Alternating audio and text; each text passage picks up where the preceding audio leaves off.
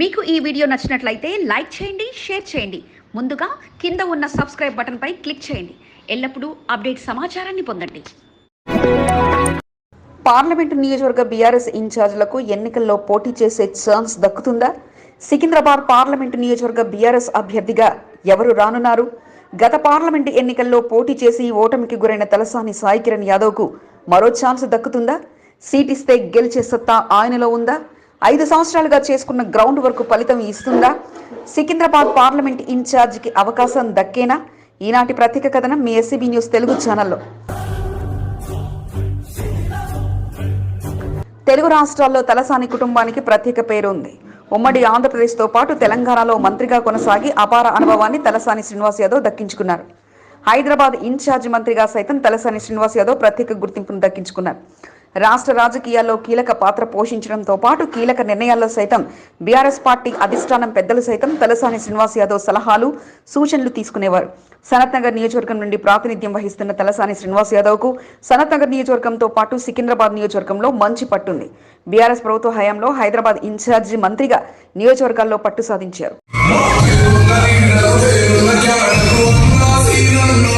తలసాని శ్రీనివాస్ యాదవ్ కుమారుడు సాయి కిరణ్ యాదవ్ 2019 పార్లమెంటు ఎన్నికల్లో రాజకీయ అరంగేట్రం చేశారు. సికింద్రాబాద్ పార్లమెంటు నియోజకవర్గం నుండి ఎన్నికల బరిలోకి నిలిచినప్పటికీ బీజేపీ ఎంపీ కిషన్ రెడ్డి చేతిలో పరాజయం పాలయ్యారు. బీఆర్ఎస్ అభ్యర్థి సాయి కిరణ్ యాదవ్ 2వ స్థానంలో నిలిచారు. నాటి నుంచి 7 నియోజకవర్గాల్లో సత్సంబంధాలు కొనసాగిస్తూ సాయి కిరణ్ యాదవ్ వస్తున్నాడు.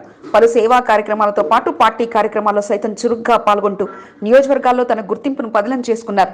తండ్రి నేర్పిన రాజకీయ అనుభవం ఆయనకు మరింతగా కలిసి వచ్చింది. మాట ఇస్తే తప్పకుండా అమలు చేసే తత్వంతో ముందుకు సాగుతుండటంతో యూత్ ఫాలోయింగ్ సైతం పెరిగింది. బీఆర్ఎస్ పార్టీ పెద్దలు తలసాని సాయి కిరణ్ యాదవ్ను సికింద్రాబాద్ పార్లమెంట్ బీఆర్ఎస్ ఇన్ఛార్జిగా నియమించారు. పదవి పెద్దది అయినప్పటికీ ఎక్కడా జోక్యం చేసుకోకుండా తన పని తాను చేసుకుంటూ వివాదరహితుడిగా తలసాని సాయి కిరణ్ యాదవ్ పేరు తెచ్చుకున్నారు. మరో 2 నెలల్లో పార్లమెంట్ ఎన్నికలు రానున్నాయి. ఈసారి సికింద్రాబాద్ పార్లమెంట్ సీటు ఎవరికి అనేది అందరి నేతల్లో సందేహం నెలకొంది. బీఆర్ఎస్ నుండి కొందరు సీనియర్ నాయకులు సికింద్రాబాద్ పార్లమెంట్ సీటును ఆశిస్తున్నప్పటికీ తలసాని శ్రీనివాస్ యాదవ్ కుమారుడు సాయి కిరణ్ యాదవ్ మరోసారి సికింద్రాబాద్ పార్లమెంట్ నియోజకవర్గం నుండి బరిలోకి దిగనున్నారనే సమాచారంతో ఆశావాహులు వెనక్కి తగ్గుతున్నారు. సికింద్రాబాద్ పార్లమెంట్ ఇన్ఛార్జిగా కొనసాగుతున్న తనకు వచ్చే పార్లమెంట్ ఎన్నికల్లో తనకు సీటు ఇస్తారన్న ధీమాతో సాయి కిరణ్ యాదవ్ ఉన్నారు.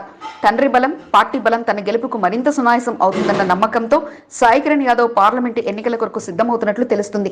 న్యూ ఇయర్ సందర్భంగా బీఆర్ఎస్ వర్కింగ్ ప్రెసిడెంట్ కేటీఆర్ తో తలసాని శ్రీనివాస్ యాదవ్ సికింద్రాబాద్ పార్లమెంట్ సీటుపై చర్చించినట్లు ప్రచారం సాగుతుంది. సికింద్రాబాద్ పార్లమెంట్ నియోజకవర్గంలో 7 అసెంబ్లీ నియోజకవర్గాలున్నాయి. 6 స్థానాల్లో బీఆర్ఎస్ పార్టీ భారీ మేజార్టీతో అసెంబ్లీ ఎన్నికల్లో గెలుపొందింది. రాష్ట్రంలో కాంగ్రెస్ హవా కొనసాగినప్పటికీ గ్రేటర్ హైదరాబాద్ లో మాత్రం బీఆర్ఎస్ ప్రభంజనం కొనసాగింది. సికింద్రాబాద్ పార్లమెంట్ సీటును సైతం బీఆర్ఎస్ కైవసం చేసుకుంటుందన్న నమ్మకంతో పార్టీ పెద్దలున్నారు. అసెంబ్లీ ఎన్నికల్లో గెలిచిన ఎమ్మెల్యేలందరూ సహకారం అందిస్తే బీఆర్ఎస్ విజయం సులభతరం అవుతుందని సికింద్రాబాద్ నియోజకవర్గంలో బీజేపీ సైతం బలంగానే ఉంది. బీజేపీ, కాంగ్రెస్, బీఆర్ఎస్ పార్టీల నుండి సీటు ఎవరికిస్తారనే ఆసక్తి అన్ని పార్టీల నేతల్లో నెలకొంది.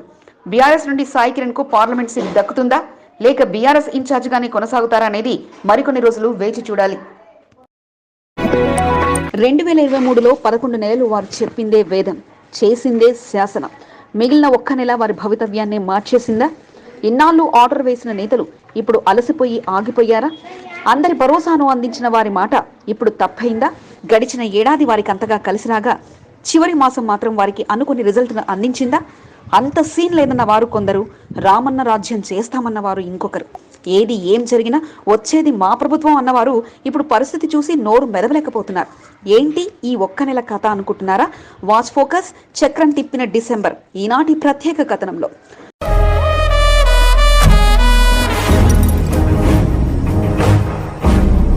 గులాబీ పార్టీలో కొందరి సేవలు అమోఘమంటే కితాబు అందితే మరికొందరు మీరు ఉండాల్సిన వారే అంటూ పదవులు ఇచ్చి మరీ పార్టీ వారిని దగ్గరుంచుకుంది. ఈ వరుసలో గ్రేటర్ గులాబీ నాయకుల విషయానికి వస్తే మాజీ మంత్రులు తలసాని శ్రీనివాస్ యాదవ్, మల్లారెడ్డి, మాజీ డిప్యూటీ స్పీకర్ పద్మారావు ఉన్నారు. 2 నేతలు వారు అధికారంలో వచ్చిన వారైతే ఒకరు మాత్రం పార్టీని ముందు నుంచి అంటిపెట్టుకుని తెలంగాణ ఉద్యమంలో సైతం పాల్గొన్నవారు.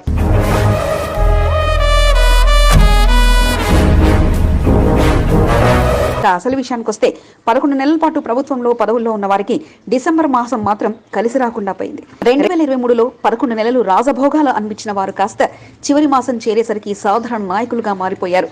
మొదటగా చూసుకుంటే మాజీ మంత్రి తలసాని శ్రీనివాస్ యాదవ్. గ్రేటర్ లో ఏ నియోజకవర్గానికి ఆపద వచ్చినా, నేతకు సమస్య వచ్చినా మొదటగా పార్టీ పెద్దలు పంపించే నాయకుడు తలసాని శ్రీనివాస్ యాదవ్. మొదటి నుంచి పార్టీలో లేకపోయినా ఆయన పనితనం నచ్చిన నేతలు ఆయనకు గ్రేటర్ లో ప్రథమ స్థానం కల్పించి పలుమార్లు మంత్రులుగా బాధ్యతలు అందించారు. ఎన్నికల సమయం నాటికి సర్వేలు కాంగ్రెస్ పార్టీ వైపు చూపించినా ఆయన మాత్రం అంతా అవాస్తవం అంటూ కొట్టి పారేశారు. రాబోయేది గులాబీ ప్రభుత్వం మాత్రం ఇంత సీన్ లేదంటూ ఆనాటి ప్రతిపక్ష నేతల తీరుపై ఘాటుగానే మండిపడ్డారు. కేసీఆర్ గారు హ్యాట్రిక్ కొట్టబోతుర్రు, తిరిగి మూడోసారి ముఖ్యమంత్రి కాబోతుండు. వారు చేసిన కార్యక్రమాలే శ్రీరామ రక్ష. మాజీ మంత్రి మల్లారెడ్డి విషయానికి వస్తే ఇప్పుడు మింగలేరు కక్కలేరు అన్నట్టుగా ఆయన పరిస్థితి మారింది. అసెంబ్లీ సాక్షిగా ఆనాడు ఆయన కామెంట్లు అందరినీ ఆశ్చర్యానికి గురి చేయగా ఏకంగా కేసీఆర్ కాబోయే సీఎం అని, రామన్న రాజ్యం తెలంగాణలో రాబోతుందంటూ తెగ ఊగిపోయారు. కానీ ఇప్పుడు ఆ ఊపు లేకపోగా రోజుకో తవ్వకంతో ఆయన ఇది చేశారు అది చేశారంటూ ఆరోపణలు చేస్తుంటే ఏం చేయాలో అర్థం కాక తల పట్టుకొని కూర్చోవలసిన పరిస్థితి. మొదటి నుంచి పార్టీలో లేకపోయినా అవకాశం రావడంతో జంపు కొట్టి తన కలను నెరవేర్చుకుని మంత్రి అయ్యారు. ఇక తన మాటల గారడితో అందరినీ ఆకర్షించిన మాజీ మంత్రికి డిసెంబర్ మాసం మాత్రం గట్టిగానే షాక్ ఇచ్చింది. గెలవబోయేది మేమే, కేసీఆర్ సీఎం అయ్యేది థర్డ్ టైం, హ్యాట్రిక్ కొట్టేది కేసీఆర్ గారే. మూడోసారి తప్పకుండా తెలంగాణ ప్రజలకు ఒక నమ్మకం, ఒక విశ్వాసం, అభివృద్ధి ఆయన తప్పకుండా తెలంగాణ ప్రజలందరూ కూడా గెలిపిస్తారు. మొదటి నుంచి పార్టీలో ఉండి పార్టీ కోసం కృషి చేసి చిచ్చా అంటూ పార్టీ పెద్దల చేత పిలిపించుకున్న నాయకుడు మాజీ డిప్యూటీ స్పీకర్ పద్మారావు. అసలు కలలో కూడా అలాంటి రిజల్ట్ వస్తుందని ఊహించని ఆయన అంతా ఓడి తను మాత్రం గెలవడంతో చివరికి కన్నీటి భాష్పలతో తను ఓటు వేసిన ప్రజానికానికి కృతజ్ఞతలు తెలిపారు. జరుగుతున్న అభివృద్ధి, ప్రజల కోసం ప్రవేశపెట్టిన పథకాలు తమ మేనిఫెస్టో అని హైపర్ మైలేజీ తెస్తాయని భావించిన ఆయన అసలు ఆ రిజల్ట్ను చూసి ఆలోచించకపోగా ఒక్కసారిగా ప్రభుత్వాన్ని మార్చే రిజల్ట్ కావడంతో అవాక్కయ్యారు. కానీ ప్రజా తీర్పును శిరసా వహించాల్సిందేనంటూ అన్ని వదులుకొని ఒక సామాన్య ఎమ్మెల్యేగా తన చేతనైనంతగా అభివృద్ధి కార్యక్రమాలను దారులు వేస్తూ సికింద్రాబాద్ను నెట్టుకొస్తున్నారు. కేసీఆర్ గారి ప్రభుత్వం, ముఖ్యమంత్రి గారి ప్రభుత్వం బాగుంది, వెల్ఫేర్ స్కీమ్స్ బాగున్నాయి, ఫైనాన్షియల్ స్కీమ్స్ బాగా పనిచేస్తూ ఉన్నారు. అన్ని వర్గాల వారికి చాలా స్కీమ్స్ ఇంప్లిమెంట్ చేస్తూ ఉన్నారు. ఇక కొత్త ఎమ్మెల్యే సంగతి అంటే వారికి డిసెంబర్ మాత్రం చారిత్రాత్మక విజయాన్ని అందించగా సీనియర్ నేతలను మాత్రం పూర్తిగా షాక్ ఇచ్చింది. వారి కన్నకలలు మొత్తం డిసెంబర్ మాసంతో ముగింపు పడగా ఇక చేసేది లేక మరో 5 ఏళ్లు ఇక అంతేనంటూ ప్రతిపక్ష ఎమ్మెల్యేగా తమ కార్యాచరణను సిద్ధం చేసుకుంటుండగా మొత్తానికి గులాబీ నేతలకు డిసెంబర్ మాసం పెద్ద షాక్ ని అందించడం విశేషం.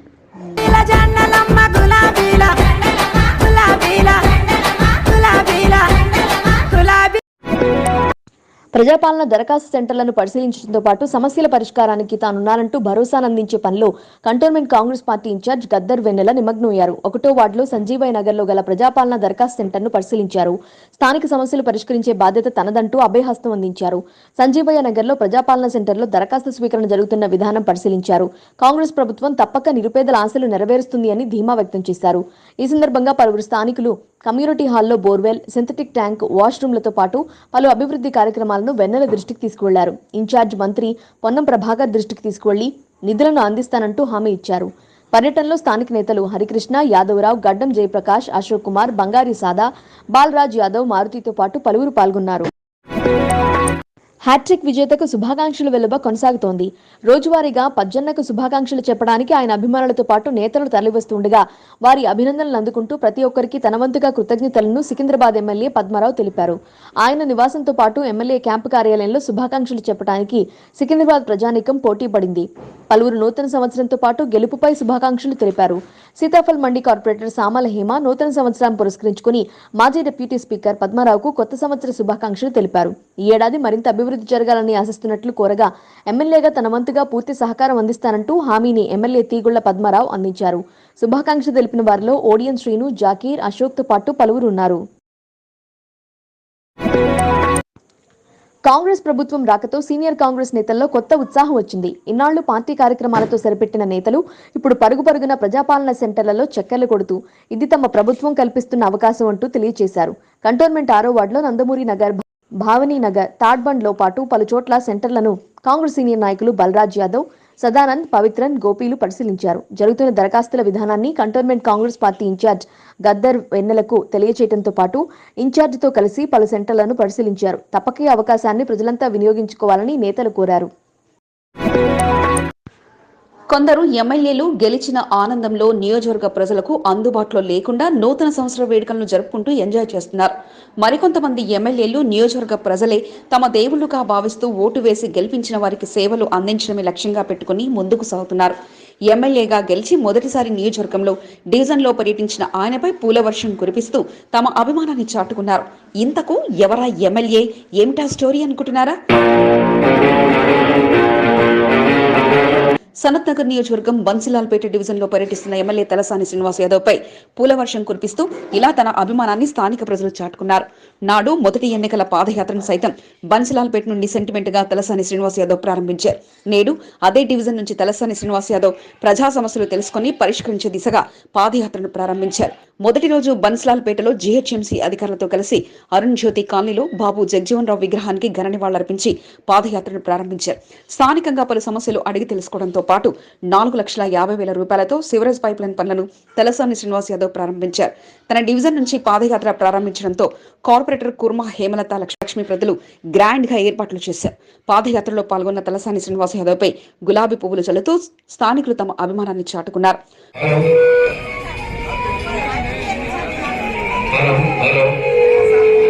నూతన సంవత్సరాన్ని పురస్కరించుకుని అసెంబ్లీ ఎన్నికల్లో గెలుపొందిన పలువురు ఎమ్మెల్యేలు నగరంలో అందుబాటులో లేరు. నూతన సంవత్సరాన్ని ఎంజాయ్ చేసేందుకు ఇతర ప్రాంతాలకు వెళ్లారు. సనత్ నగర్ నియోజకవర్గం నుండి హ్యాట్రిక్ విజయాన్ని అందుకున్న తలసాని శ్రీనివాస్ యాదవ్ మాత్రం నూతన సంవత్సర వేడుకలను నియోజకవర్గ ప్రజలతో జరుపుకుంటూ వారి ఆదరాభిమానాలను అందుకుంటూ నూతన సంవత్సర వేడుకలను జరుపుకున్నారు. కొత్త సంవత్సరం సందర్భంగా నియోజకవర్గ ప్రజలకు ఎల్లవేళలా తాను అందుబాటులో ఉంటాననే సంకేతాన్ని తెలియపర్చేలా 2వ తేదీ నుంచి 4వ తేదీ వరకు డివిజన్లలో పాదయాత్రకు శ్రీకారం చుట్టారు. బన్సిలాల్పేట్ డివిజన్లో పర్యటించిన తలసాని శ్రీనివాస్ యాదవ్ కు పలు సమస్యలను స్థానికులు వివరించారు. తన దృష్టికి వచ్చిన సమస్యలను వేగవంతంగా పరిష్కరించేలా కృషి చేస్తానని తలసాని శ్రీనివాస్ యాదవ్ వారికి హామీ ఇచ్చారు.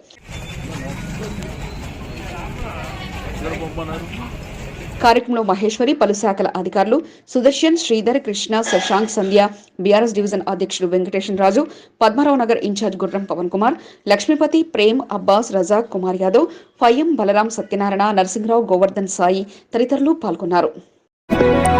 కంటోన్మెంట్ అధికారులకు శుభాకాంక్షలు తెలిపే పనిలో బోర్డు మాజీ ఉపాధ్యక్షుడు జంపన్న ప్రతాప్ నిమగ్నమయ్యారు. కంటోన్మెంట్ బోర్డు కార్యాలయంలో బోర్డు సీఈఓ మధుకర్ నాయక్ ను మర్యాదపూర్వకంగా తన టీం సభ్యులతో కలిసి నూతన సంవత్సర శుభాకాంక్షలు చెప్పారు. గత ఏడాది కంటే ఈ ఏడాది మరింత అభివృద్ధి పదంలో కంటోన్మెంట్ దూసుకుపోవాలని కోరుకుంటున్నట్లు జంపన్న ప్రతాప్ కోరగా, తప్పక తమ వంతుగా సహాయ సహకారాలుంటాయని సీఈఓ హామీ ఇచ్చినట్లు జంపన్న చెప్పారు. అనంతరం ఇంజనీరింగ్, శానిటేషన్ విభాగం అధికారులను కలిసి కొత్త సంవత్సర శుభాకాంక్షలు తెలిపారు. అధికారులు గోపాలకృష్ణదాస్, బాలకృష్ణ, దేవేందర్తో పలువురికి జంపన్న శుభాకాంక్షలు తెలిపారు. కార్యక్రమంలో షకీబ్, మోయిన్తో పాటు పలువురు పాల్గొన్నారు. సికింద్రాబాద్ లో పెట్రోల్ బంకులు నో స్టాక్ బోర్డులతో దర్శనమిచ్చాయి. 3 రోజుల పాటు పెట్రోల్, డీజిల్ ట్యాంకర్లు బంద్ పాటిస్తున్నట్లు ప్రకటించడంతో పెట్రోల్ బంకుల వద్దకు వాహనదారులు పరుగులు తీశారు. ఏ పెట్రోల్ బంక్ వద్ద చూసినా భారీ క్యూ లైన్ నెలకొంది. పెట్రోల్ పోసుకునేందుకు ఒక్కసారిగా వాహనాలు బంకుల వద్దకు చేరుకోవడంతో స్థానిక పరిసర ప్రాంతాలు ట్రాఫిక్ వలయంలో చిక్కుకున్నాయి. పెట్రోల్ బంకుల వద్ద భారీ క్యూ లైన్ నెలకొన్నాయి. అర్ధగంట వరకు వేచి ఉండి తమ వాహనాల్లో పెట్రోల్ పోసుకొని వాహనదారులు వెళ్లడం కనిపించింది. బంకుకు వచ్చే వాహనాల సంఖ్య పెరగడంతో పరిమితి ప్రకారం పెట్రోల్ పోశారు. రేపటి నుంచి పెట్రోల్, డీజిల్ కొరత నెలకొందని సామాజిక మాధ్యమాల్లో ప్రచారం జోరుగా సాగింది. దీంతో వాహనదారులంతా తమ వాహనాల్లో పెట్రోల్ పోయించుకునేందుకు పెట్రోల్ బంకుల వద్దకు ఉరుకులు పరుగులు తీశారు. వేలాది వాహనాలు బంకుల వద్దకు చేరుకోవడంతో బంకు నిర్వాహకులు సైతం చేతులెత్తేశారు. పెట్రోల్ బంకుల వద్ద వాహనదారులు ఆందోళన చేస్తుండటంతో నో స్టాక్ బోర్డులను బంకు యజమానులు ఏర్పాటు చేశారు. బంకుకు వచ్చిన పలువురు వాహనదారులు పెట్రోల్ లేకపోవడంతో మరో బంకుకు వెళ్లారు. పెట్రోల్ బంకుల వద్ద నెలకొన్న రద్దీతో ఆయా పోలీస్ స్టేషన్ల పరిధిలో ఉన్న పోలీసు సిబ్బంది బంకుల వద్దకు చేరుకుని ట్రాఫిక్ నియంత్రణ చర్యలు చేపట్టారు. ఇదిలా ఉంటే ఆయిల్ ట్యాంకర్ల డ్రైవర్లతో హెచ్పీ, బీపీసీ, ఇండియన్ ఆయిల్ కంపెనీల ప్రతినిధుల చర్చలు ఫలించాయి. దీంతో ధర్నాను విరమించి పెట్రోల్, డీజిల్ బంకులకు పెట్రోల్ను యథావిధిగా సరఫరా చేశారు. మోండా డివిజన్ కార్పొరేటర్ కొంతం దీపికా నరేష్ మారేడుపల్లి అంబేద్కర్ నగర్లోని ప్రభుత్వ పాఠశాలను సందర్శించారు. స్వచ్ఛంద సంస్థ ఎంవి ఫౌండేషన్ ప్రాజెక్ట్ ఇన్ఛార్జ్ లక్ష్మీనారాయణతో కలిసి పాఠశాలను సందర్శించి వసతులను అడిగి తెలుసుకున్నారు. పాఠశాలలో విద్యార్థుల సంఖ్య తక్కువగా ఉండటం పట్ల కొంతం దీపికా నరేష్ విచారం వ్యక్తం చేశారు. పాఠశాలకు విద్యార్థుల సంఖ్య పెంచేలా కృషి చేయాలని సూచించారు. పాఠశాలలో నెలకొన్న పలు సమస్యలను కొంతం దీపికా నరేష్ కు వివరించారు. డీఈఓ దృష్టికి తీసుకువెళ్లి సమస్యల పరిష్కారం కోసం కృషి చేస్తానని కొంతం దీపికా నరేష్ చెప్పారు. కార్యక్రమంలో స్థానిక నాయకులు చిన్న వీరయ్య, అంజయ్య తదితరులు పాల్గొన్నారు.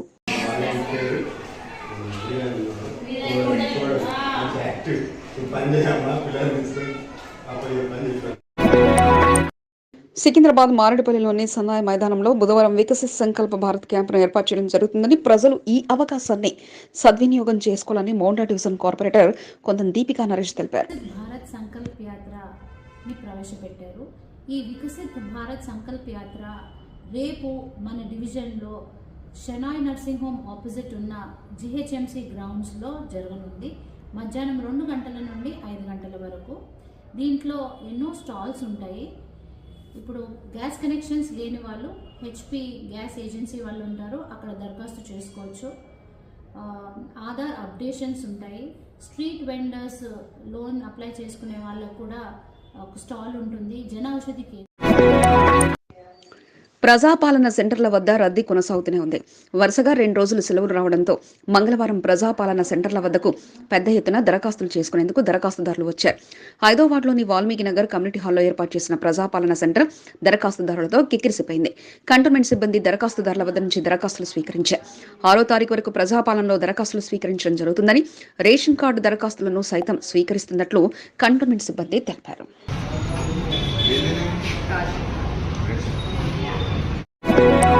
5వ వార్డులో ప్రజాపాలన సెంటర్ల చుట్టూ సుడిగాలి పర్యటనలతో తనకంటూ ప్రత్యేక గుర్తింపును కాంగ్రెస్ పార్టీ సీనియర్ నాయకుడు గజ్వేల్ భరత్ దక్కించుకుంటున్నారు. 5వ వార్డులో ప్రజాపాలన దరఖాస్తు సెంటర్లను రోజువారీగా చుట్టేయడంతో పాటు దరఖాస్తుదారుల ఇబ్బందులను అడిగి తెలుసుకుని తమ ప్రభుత్వం నిరుపేదలకు తోడుగా నిలిచే ప్రభుత్వం అంటూ తెలిపారు. 5వ వార్డులోని వాల్మీకి నగర్ కమ్యూనిటీ హాల్, కాకగూడ హనుమాన్ దేవాలయం, సంజీవయ్య నగర్ కమ్యూనిటీ హాల్లో ప్రజాపాలన అభయహస్తం దరఖాస్తుల స్వీకరణను పరిశీలించారు. పలువురు లబ్ధిదారులకు సలహాలు, సూచనలు అందించారు. ప్రజాపాలనలో దరఖాస్తు చేసుకున్న వారికి త్వరలో రాష్ట్ర ప్రభుత్వం గుడ్ న్యూస్ అందిస్తుందని గజ్వేల్ భరత్ తెలిపారు. కంటోన్మెంట్ 5వ వార్డులో అయోధ్య రామమందిర కలశాల ఊరేగింపు అంగరంగ వైభవంగా కొనసాగింది. స్వామివారి కలశాలను బస్తీలలో, కాలనీల్లో ఊరేగిస్తూ శోభయాత్రను స్థానిక బీజేపీ నాయకులు నిర్వహించారు. జై శ్రీరామ్ నినాదాలతో స్థానిక పరిసర ప్రాంతాలు మారుమోగాయి. భక్తి పారవస్యంతో శోభయాత్రను స్థానికులు నిర్వహించారు. కలశ పూజా కార్యక్రమం నిర్వహించడం తమ అదృష్టమని పలువురు బీజేపీ నాయకులు తెలిపారు. Gandhinagar, Sanjeevaiah Nagar, Durgaiah garden, Valmiki Samaj, Sanjeevaiah Nagar weaker section, Valmiki Samaj, second Lakshminagar తదితర ప్రాంతాల్లో కలశ శోభాయాత్ర కొనసాగింది. మహిళలకు ఉచిత బస్సు ప్రయాణం కాస్త చిన్నారులను భయభ్రాంతులకు గురిచేసింది. మహిళల మధ్య సీటు యుద్ధం కాస్త అందరినీ ఆశ్చర్యానికి గురిచేసింది. వారిని ఆపేందుకు విఫలయత్నం చేసిన మహిళలు చివరికి వారి పోరాటాన్ని వారికే వదిలేశారు. వారి మధ్య సీటు యుద్ధం వీడియో కాస్త ఇప్పుడు వైరల్ గా మారటంతో ఇప్పుడు ఉచిత బస్సు ప్రయాణం అంటే చాలు వణుకు పుట్టే పరిస్థితి తెచ్చిపెట్టింది. జహీరాబాద్ ప్రాంతంలో ఓ ఇద్దరు బస్సు ఎక్కారు. ఈ సమయంలో యువతికి ఓ మహిళకు మధ్య సీటు కోసం వాగ్వాదం చోటు చేసుకుంది. చివరికి ఒకరిపై ఒకరు పోటీపడి కొట్టుకునే వరకు పరిస్థితి వెళ్ళింది. ఆపేందుకు ప్రయత్నించి చివరికి వారి ప్రయత్నాన్ని విరమించుకున్నారు తోటి ప్రయాణికులు. ఇక పిల్ల తల్లి అని, ఆమె చేతిలో ఉన్నది ఓ చిన్న పాప అని కూడా చూడకుండా ఎదురుగా ఉన్న యువతి మహిళపై దాడి చేసింది. వారి మధ్య గొడవ కాస్త చిన్నారుల ఏడుపులతో బస్సు దద్దరిల్లింది. ఈ వీడియో వైరల్ గా మారింది. ఉచిత బస్సు ప్రయాణంతో ఇంతటి తంట అంటూ బీఆర్ఎస్ నేతలు మండిపడుతున్నారు.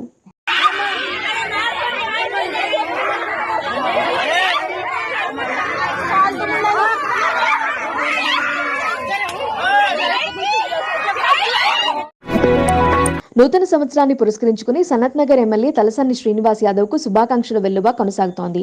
మారేడుపల్లిలో పార్టీ కార్యాలయం వద్ద అభిమానులు పెద్ద ఎత్తున తరలివచ్చి తలసాని శ్రీనివాస్ యాదవ్ కు శుభాకాంక్షలు తెలిపారు. కొత్త సంవత్సరంలో అన్ని విజయాలు చేకూరాలని పలువురు కోరుకున్నారు. బేగంపేట కార్పొరేటర్ మహేశ్వరి దంపతులు తలసాని శ్రీనివాస్ యాదవ్ ను శాలువాతో సత్కరించి పుష్పగుచ్చాలు అందించారు. డివిజన్ కు చెందిన పలువురు సీనియర్ నాయకులు, కార్యకర్తలు తలసాని శ్రీనివాస్ యాదవ్ కు పుష్పగుచ్చాలు అందించి శుభాకాంక్షలు తెలిపారు. నూతన సంవత్సరాన్ని పురస్కరించుకుని బీజేపీ సీనియర్ నాయకుడు చీర శ్రీకాంత్ కేంద్ర మంత్రి, బీజేపీ రాష్ట్ర ఇన్ఛార్జ్ కిషన్ రెడ్డిని మర్యాదపూర్వకంగా కలిసి జ్ఞాపిక అందజేసి నూతన సంవత్సర శుభాకాంక్షలు తెలిపారు. కొత్త సంవత్సరంలో అన్ని విజయాలే చేకూరాలని కోరుకుంటున్నట్లు చీర శ్రీకాంత్ తెలిపారు. ప్రతి సంవత్సరం నూతన సంవత్సరం పురస్కరించుకుని పార్టీ పెద్దలను కలిసి ఆశీర్వాదం తీసుకోవడం జరుగుతోందన్నారు చీర శ్రీకాంత్. ప్రజాపాలన దరఖాస్తులు అందజేసే పనిలో గులాబీ నేతలు నిమగ్నమయ్యారు. పార్టీలకు అతీతంగా ప్రజలకు దగ్గర చేసేందుకు నేతలు సిద్ధమయ్యారు. మారేడుపల్లిలో ప్రజాపాలన దరఖాస్తు సెంటర్లను సుబ్రహ్మణ్యేశ్వర స్వామి ఆలయ చైర్మన్ సంతోష్ యాదవ్ పరిశీలించారు. పలువురికి దరఖాస్తులను అందించడంతో పాటు అర్హులైన ప్రతి ఒక్కరూ దరఖాస్తు చేసుకోవాలని చేరబోయిన సంతోష్ యాదవ్ సూచించారు. మారేడుపల్లి సెంటర్లో దరఖాస్తులు అందించడానికి వచ్చే వారి దరఖాస్తులు పరిశీలించడంతో పాటు ప్రభుత్వం ఇస్తున్న అవకాశాన్ని వినియోగించుకోవాలని కోరారు.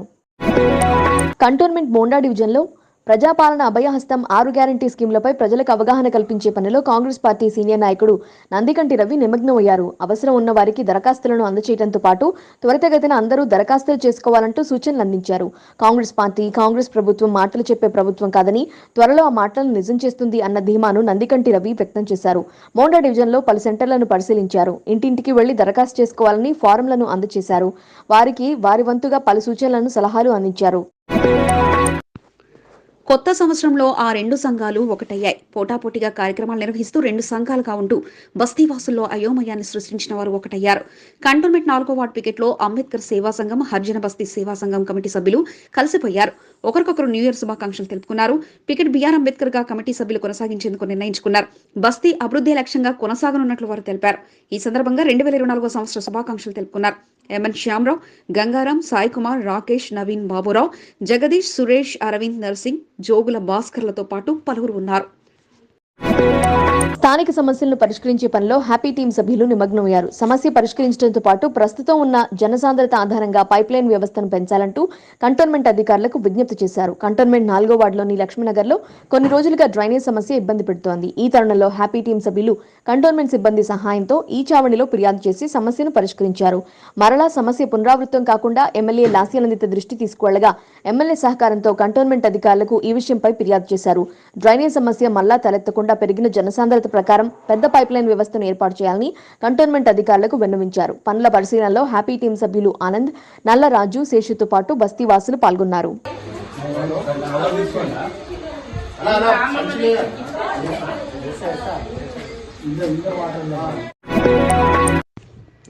కాంగ్రెస్ పార్టీ నాయకుడు ఆనంద్ పుట్టినరోజు వేడుకలు ఘనంగా జరిగాయి. మోండా డివిజన్లో జరిగిన వేడుకల్లో సీనియర్ నాయకులు పాల్గొని ఆనంద్కు శుభాకాంక్షలు తెలిపారు. తనకు జన్మదిన శుభాకాంక్షలు తెలిపిన ప్రతి ఒక్కరికి ఆనంద్ కృతజ్ఞతలు తెలిపారు. మీరు రెస్టారెంట్కు వెళ్లాలనుకుంటున్నారా? వెజ్, నాన్ వెజ్ లో పసందైన రుచికరమైన వంటకాలు తినాలనుకుంటున్నారా? ఒక్కసారి మా రెస్టారెంట్కు రండి. రుచికరమైన వంటకాలతో ఎంజాయ్ చేయండి. ఇంకెందుకు ఆలస్యం? Gunguru 2.0 hotel, Durga Vihar colony, RTC colony road, Tirumalagiri, Secunderabad. మీకు ఈ వీడియో నచ్చినట్లయితే లైక్ చేయండి, షేర్ చేయండి. ముందుగా కింద ఉన్న సబ్స్క్రైబ్ బటన్ పై క్లిక్ చేయండి. ఎల్లప్పుడూ అప్డేట్ సమాచారాన్ని పొందండి.